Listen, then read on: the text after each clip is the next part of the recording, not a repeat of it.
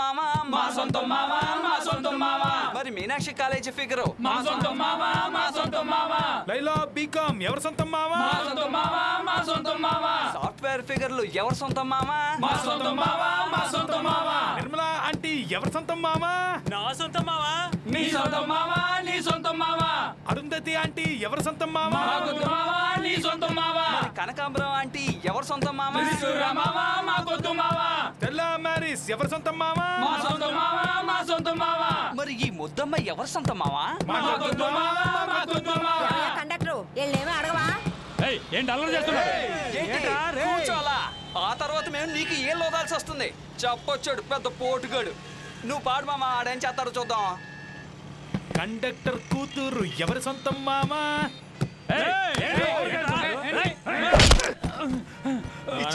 మూతి పగలు కొట్టుకున్నావు ఊదు ఊదు. Hello, can I speak to mister Ganesh please? గణేషే మాట్లాడుతున్నాను. మీరెవరు? 2 టౌన్ పోలీస్ స్టేషన్ నుండి ఎస్ఐని మాట్లాడుతున్నాను. పోలీస్ స్టేషన్ నుంచా? చెప్పండి సార్. మీ అబ్బాయి పేరు శ్రీనే కదా? అవును. అతన్ని ఇక్కడ స్టేషన్లో పెట్టాం. ఎందుకు? బస్ కండక్టర్తో గొడవ పెట్టుకొని కండక్టర్ మీద మీ అబ్బాయి చేయి చేసుకున్నాడు. అతని ముక్కు ముఖం పగిలిపోయింది. అవునా? అవును సార్, అందుకే స్టేషన్లో కూర్చోబెట్టాం.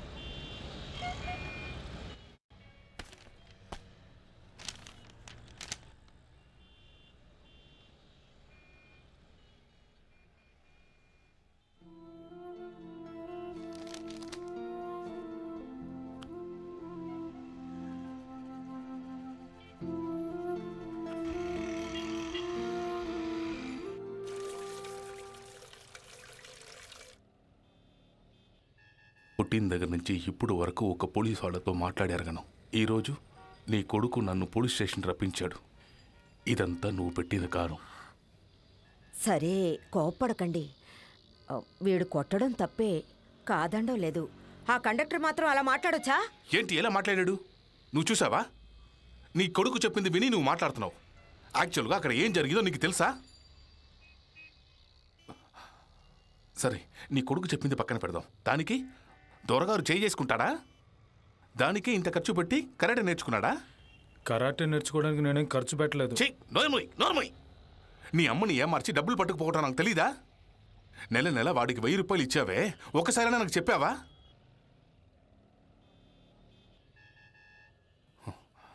అమ్మ కొడుకు నన్ను ఎర్రి వెదవని అనుకున్నారా? ఇదిగో చూడు, ఈ రోజు నుంచి ఇవన్నీ వదిలేయమను.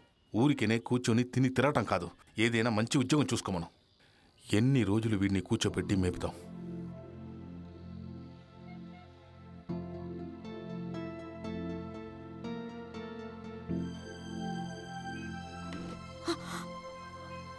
ఓ, రోషం పొడుచుకొచ్చిందే. అయ్యగారికి 10 పైసలు సంపాదించడం తెలీదు, రోషం మాత్రం తెలుసు. చేతి, ఇద్దరు కలిసి డ్రామా ఆడుతున్నారు.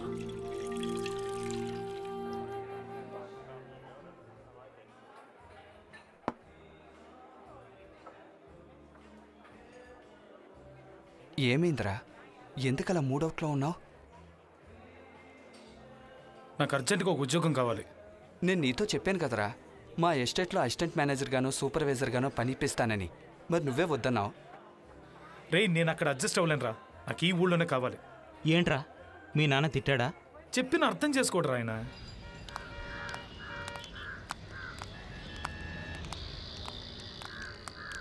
ఒరే ఇలా చూడు, నీ పాటికి నువ్వు తలుపులు తెరిచేసి ఎక్కడికి వెళ్ళిపోకు. వెళ్ళేటప్పుడు తాళం వేసి జాగ్రత్తగా తాళం చెవి పట్టుకెళ్ళు.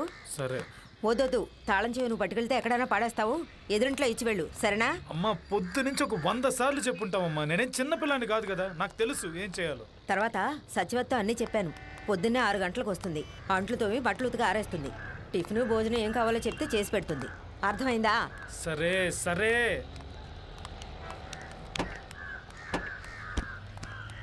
ఆ బ్యాగ్ నీపు.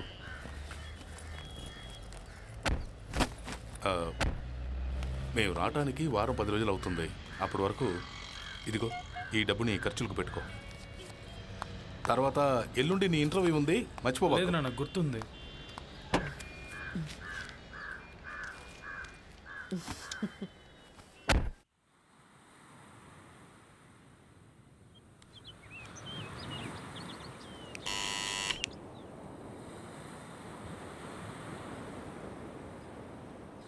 ఎవరు? నేనేరా సీనుని. ఒంటరిగానే వచ్చావుగా? యా. రా లోపలికి రా.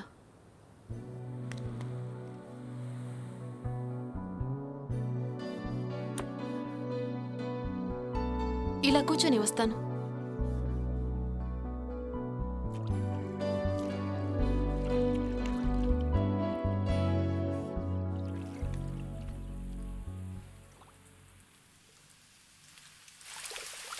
ఏ చీను, బోరుగా ఉందా?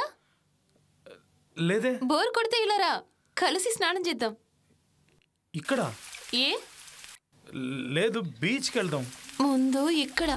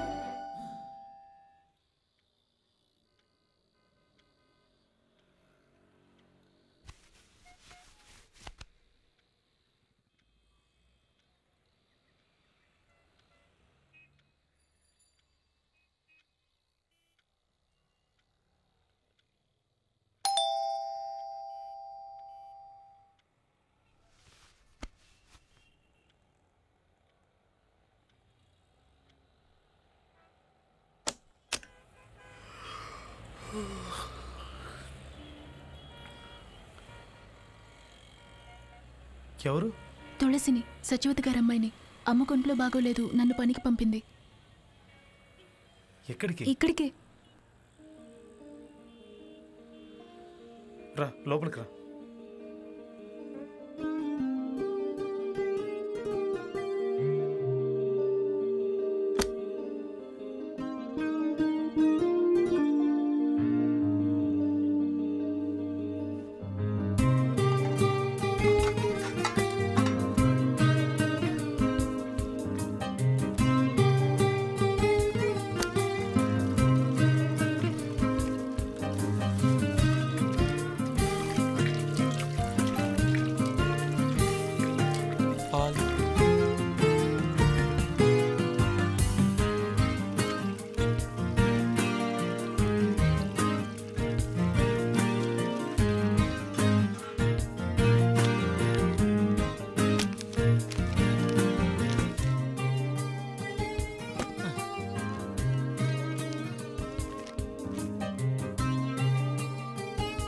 టీయా కాఫీ?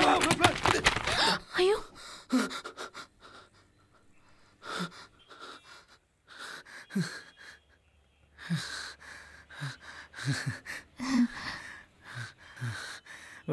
ఏమడిగా? టీయా కాఫీయా? ఏదో ఒకటి. సరే.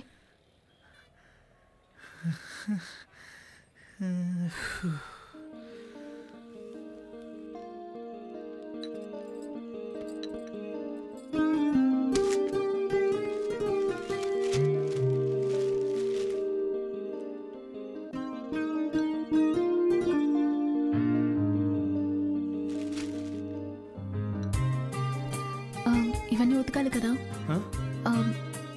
అవును.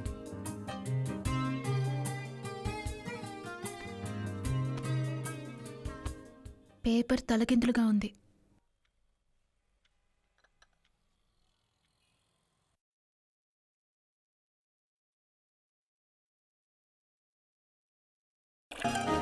ఉదయాన్నే నిద్రమత్తతో తలుపు దిగానే లంగావణిలో నువ్వు ఉన్నావు.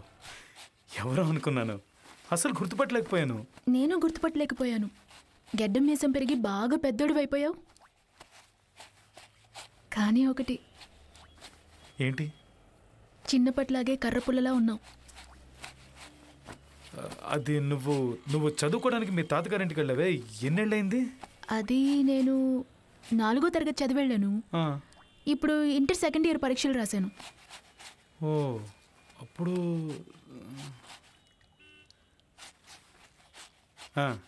8 ఏళ్ళు అయిందా? మధ్యలో నువ్వు ఒక్కసారి కూడా రాలేదు ఇక్కడికి. సంవత్సరం అమ్మే వచ్చి చూసి వెళ్తుంది. అయితే మరి అక్కడే నువ్వు పెద్ద మనిషి. ఏం లేదు అక్కడే.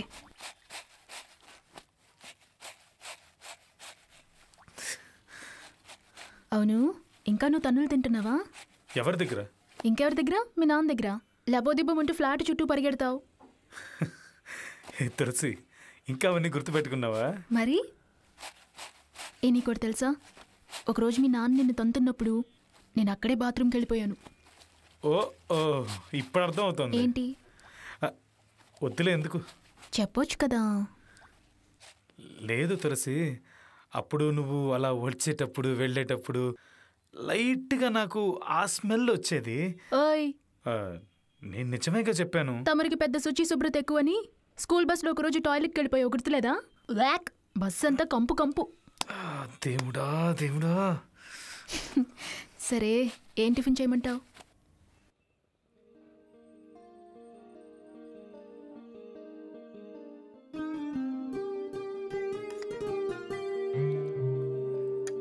ఎందుకు నుంచున్నావు? కూర్చో. పర్లేదులే. కూర్చోమన్నానా?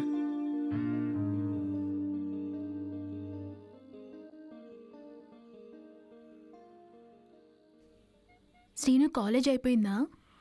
1 year అయింది. ఇప్పుడు ఉద్యోగం వెతుకుతున్నా. ఏంటి? ఏం లేదు, చిన్నప్పుడు నువ్వేమవుతావని ఎవరైనా అడిగితే రైలు బండి నడుపుతాననేవాడు కదా, ఇప్పుడు కూడా ఆ పని కోసమే ట్రై చేస్తున్నావా? నేనే మర్చిపోయాను. నువ్వు అవన్నీ భలే గుర్తుపెట్టుకున్నావే. చిన్నప్పుడు నువ్వేదైనా తింటే సగం తినేసి నాకు ఇచ్చేవాడివి. చిన్నప్పుడు బ్లేడ్తో నా వేలు కోసుకున్నప్పుడు భయపడి నాకు కట్టావు. ఓసారి నువ్వు నన్ను మేడ మీద నుంచి తోసేసినప్పుడు తలకి దెబ్బ కూడా తగిలి రక్తం వచ్చింది, అది గుర్తుంది. సైకిల్ తొక్కడం నేర్పించావు. ఇంకా మా నాన్న చనిపోయినప్పుడు నేను బాగా ఏడ్చాను, అప్పుడు నువ్వు నా చేయి పట్టుకుని నా పక్కనే కూర్చుని ఓదార్చావు. ఇలా ఎన్నో.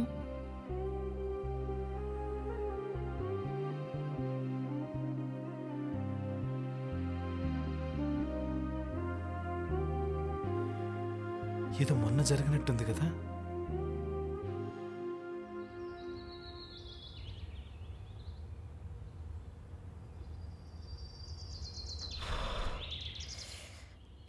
బయటికి పోయి పడుకో. అమ్మా లే, వేడివేడిగా తాగు. ఏమిటమ్మా? జావ కాసేనమ్మా.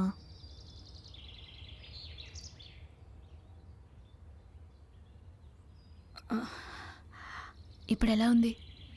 అలాగే ఉంది.